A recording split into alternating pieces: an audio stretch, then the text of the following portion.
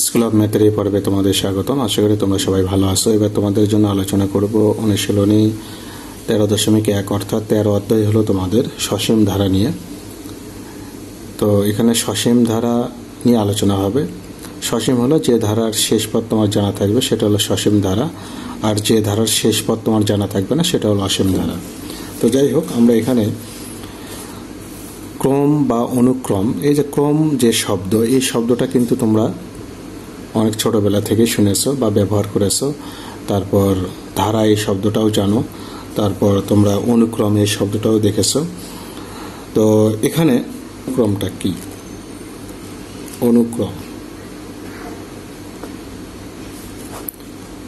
অনুক্রম হলো কতগুলো রাশিকে যদি একটা বিশেষ নিয়মে এমনভাবে সাজানো হয় যে প্রত্যেকটি রাশি বা পদ তার পূর্বের এবং পরের পদের সঙ্গে বা রাশির সঙ্গে কি সম্পর্ক যুক্ত, রাশিগুলো সাজানোর এই নিয়মকেই বলা হয় অনুক্রম। যেমন আমি এখানে তোমাকে কয়েকটা রাশি দেব, 2, 4, 6, 8, 10, এভাবে চলতে চলতে আমি শেষে দিলাম 100। তুমি কিন্তু এখানে বলতে পারবে যে 6 হলো এখানে একটা সংখ্যা, এই সংখ্যাটা তার আগের সংখ্যা এবং পরের সংখ্যার সাথে একটা সম্পর্কযুক্ত, অর্থাৎ এই পদ তার পূর্বের পদ এবং পরের পদের সাথে কি রকম সম্পর্কযুক্ত? 6 4 অপেক্ষা 2 বেশি, আবার 8 অপেক্ষা 2 কম। তাহলে এই পদ হলো তার আগের পদ অপেক্ষা 2 বেশি, পরের পদ অপেক্ষা 2 কম। ঠিক 8কে নিয়ে যদি চিন্তা করি, 8-এর ক্ষেত্রেও তাই। 8 হলে কি তার আগের পদ অপেক্ষা 2 বেশি, আবার তার পরের পদ অপেক্ষা 2 কম। এই যে রাশিগুলো সাজানোর যে একটা বিশেষ নিয়ম, এটাই হলো অনুক্রম। অনুক্রমে পদগুলো বা রাশিগুলোকে কমা দ্বারা পৃথক করতে হয়।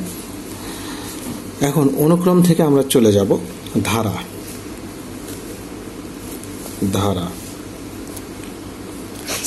অনুক্রমের পদগুলোকে বা রাশিগুলোকে যখন তুমি প্লাস অথবা মাইনাস চিহ্ন দ্বারা যুক্ত করবে, সেটাই হয়ে যাবে তোমার ধারা। তাহলে 2 + 4 + 6 + 8 + 10 +... প্লাস হলো 100। তাহলে আমি অনুক্রমের পদগুলোকে বা রাশিগুলোকে প্লাস চিহ্ন দ্বারা যুক্ত করলাম, এটাই হলো ধারা। এখানে ধারা আবার 2 ধরনের, একটা হলো সসীম ধারা, একটা হলো অসীম ধারা। অনুক্রমের ক্ষেত্রেও তাই, অনুক্রম 2 ধরনের, একটা হলো সসীম, একটা হলো অসীম। অনুক্রমের শেষ পদ যদি জানা থাকে তাহলে সসীম, শেষ পদ যদি জানা না থাকে তাহলে অসীম। যেমন 2, 4, 6, 8, এভাবে আমি শেষ পদ উল্লেখ করি নাই, তার মানে এটা শেষ পদ কত হবে আমরা জানি না, এই কারণে এটা হলো অসীম। তো আমাদের এখানে সসীম নিয়ে আলোচনা করতে হবে, আমরা অসীম নিয়ে আলোচনা করব না। তো ধারা আবার আমরা 2 ভাগে ভাগ করতে পারি, একটা হলো সমান্তর ধারা, একটা হলো গুণোত্তর ধারা। একটা হলো সমান্তর ধারা, আর একটা হলো গুণোত্তর ধারা। এখন সমান্তর ধারা কি? সমান্তর ধারা, তাহলে এখানে সমান্তর ধারা, তো যে ধারায় পরপর 2টি পদের পার্থক্য সমান হয় তাকে সমান্তর ধারা বলে। যেমন 2 + 4 + 6 + 8 + ... +100। এখানে দেখো, আমরা দেখতে পাই যে এই দ্বিতীয় পদ থেকে প্রথম পদ বাদ দাও, তাহলে তুমি 2 পাবে। এই তৃতীয় পদ থেকে দ্বিতীয় পদ বাদ দাও, সেক্ষেত্রেও 2 পাবে। এই চতুর্থ পদ থেকে তৃতীয় পদ বাদ দাও, 2 পাবে। তার মানে কি পরপর 2টা পদের পার্থক্য কিন্তু সমান, এই কারণে এটাকে আমরা বলি সমান্তর ধারা। তো সমান্তর ধারায় তোমার সূত্র যেটা, সূত্র 1, n তম পদ সমান a plus n minus 1 into D. এখানে এ হলো তোমার প্রথম পদ আর n হলো তোমার পদ সংখ্যা, ধারায় কয়টা পদ থাকবে সেই সংখ্যা, আর ডি হলো তোমার সাধারণ অন্তর। সাধারণ অন্তর, অন্তর মানে কি? বিয়োগফল। তো আমি যে ধারাটা লিখেছিলাম ওটা আবার লিখবো, দেখো।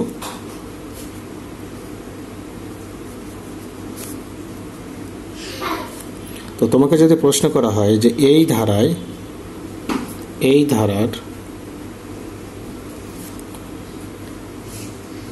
দশম পদ কত, তোমাকে যদি প্রশ্ন করা হয় তাহলে তুমি কি করবে? শুরুতেই তোমাকে লিখতে হবে যে প্রথম পদ, তুমি এ সমান লিখবে 2, সাধারণ অন্তর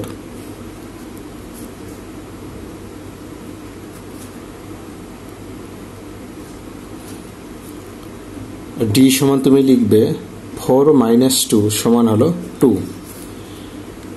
n তম পদ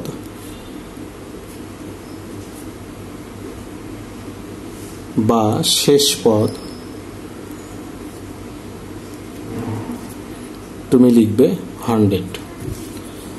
তাহলে তোমার দশম পদ তুমি লিখবে a plus 10 minus 1 into D. এখন এখানে n থাকলে আমরা এখানে n লিখব, n এর জায়গায় 10 থাকলে আমরা এখানে 10 লিখব। তো এর জায়গায় আমরা কি করব? 2 বসাবো, আর এখানে 10 থেকে 1 বাদ দাও, 9 হবে। আর এখানে ডির জায়গায় আমরা কত বসাবো? ডির মান হলো 2। তাহলে এখানে 2 প্লাস 9 দেখুন 18, 20। দশম পদ কিন্তু তাহলে 20 হবে। এখন তোমাকে যদি প্রশ্ন করা হয় এই ধারায়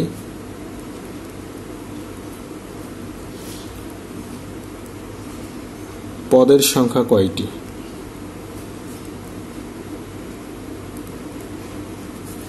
প্রশ্ন করা হলো, তাহলে তুমি কি করবে? এ সমান লিখবে 2, ডি সমান লিখবে 2, আর n তম পদ বা শেষ পদ তুমি লিখবে 100, আর n সমান তুমি লিখবে হোয়াট। এটা হলো পদের সংখ্যা। এখন তুমি যদি সূত্র ফেলো, অতএব n তম পদ সমান a plus n minus 1 into D, তাহলে n তম পদ বা শেষ পদ তুমি কিন্তু 100 লিখবে। এর মান হলো 2, আর n এর জায়গায় n থাকবে, d এর মান হলো 2।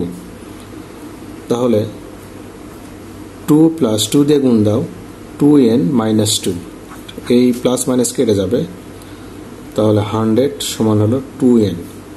তাহলে কিন্তু n সমান তুমি লিখবে 100 ডিভাইডেড 2 সমান হলো 50। অর্থাৎ এই ধারায় পদের সংখ্যা হলো তোমার 50, অর্থাৎ 50টি পদ আছে 50।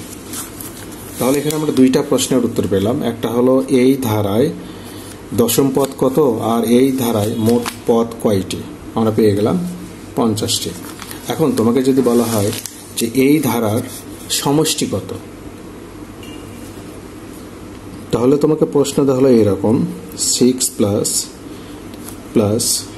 100 ইকুয়াল কত, অর্থাৎ এই ধারার সমষ্টি কত। তাহলে তুমি লিখবে প্রথম পদ a সমান 2, সাধারণ অন্তর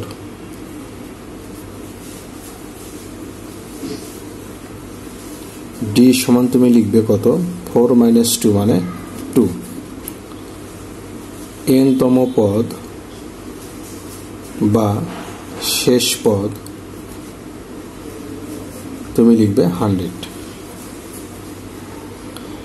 এখন শুরুতেই তুমি কি করবে, আমরা জানি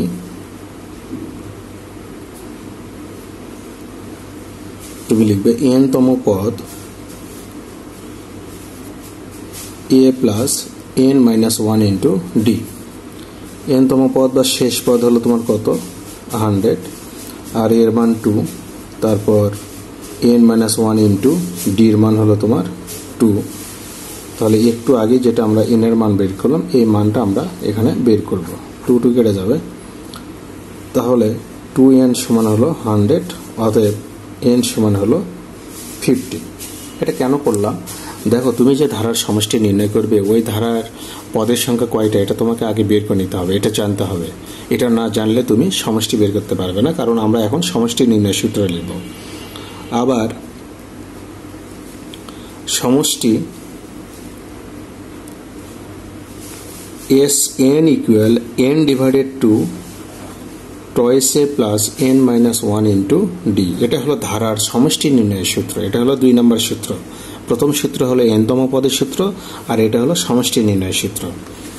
তো এখানে আমরা যদি n এর জায়গায় দেখো s, এই যে n এর জায়গায় আমরা 50 বসাবো। s 50 equal 50 divided two twice a, এর মান হলো কত 2, প্লাস n এর মান কত 50 মাইনাস 1 ইন্টু ডি এর মান হলো 2। আমরা এখানে মান বসালাম। তাহলে 50 কে ভাগ দাও 25, আর এখানে 2 দ্বিগুণে 4, আর এখানে 49 গুণন হলো 2, তাহলে 25, এখানে 4, 9 দুগুণে 18, 8, 4 দুগুণে 8, আর একে 9, তাহলে 25 ইন্টু 102। এখন 102 গুণন 25, 5 দুগুণে 10 0 1, 5 একে 5, 2 দুগুণে 4 0 2, 5 5, হ্যাঁ, তাহলে আমরা পাবো এটা। তাহলে দেখো আমরা এই ধারার 2 যোগ 4 যোগ 6 এভাবে 100 পর্যন্ত যোগ করলে কিন্তু আমরা 2550 পাবো। তাহলে এই সমান্তর ধারার সমষ্টি আমরা নির্ণয় করলাম।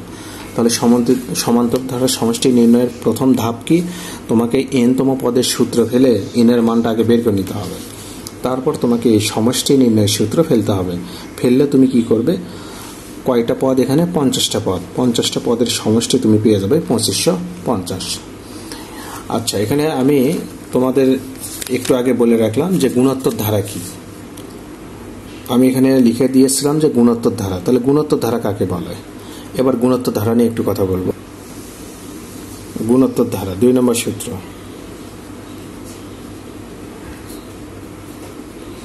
গুণোত্তর ধারার সংজ্ঞাটা হলো যে ধারায় পরপর 2টা পদের অন্তর বা ভাগফল বা অনুপাত সমান হয়। তাহলে গুণোত্তর ধারা কাকে বলে, গুণোত্তর ধারা হলো যে ধারায় পরপর 2টা পদের অনুপাত বা ভাগফল সমান হয় তাকে বলা হয় গুণোত্তর ধারা। সমান্তর ধারার ক্ষেত্রে ব্যাপারটা হলো পরপর 2টা পদের পার্থক্য বা বিয়োগফল, আর গুণোত্তর ধারার ক্ষেত্রে হলো পরপর 2টা পদের অনুপাত বা ভাগফল যদি সমান হয় তাকে আমরা গুণোত্তর ধারা বলি। যেমন আমি যদি বলি এখানে দেখো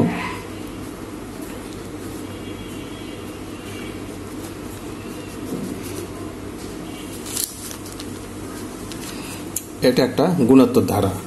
তাহলে এখানে আমরা দেখতে পাচ্ছি যে 4কে দেখো 4 ভাগ 2 মানে 2, আবার 8 ভাগ 4 মানে 2, আবার 16 ভাগ 8 এই যে 2। তাহলে পরপর 2টা পদের অনুপাত বা ভাগফল আমরা কিন্তু এখানে একই পাচ্ছি, এই কারণে এটাকে বলা হয় গুণোত্তর ধারা। তো গুণোত্তর ধারার সূত্র, n তম পদের সূত্র, তারপর সমষ্টি নির্ণয়ের সূত্র আমি তোমাদের 13 দশমিক দিয়ে বিস্তারিত আলোচনা করব। এখানে এ পর্যন্তই।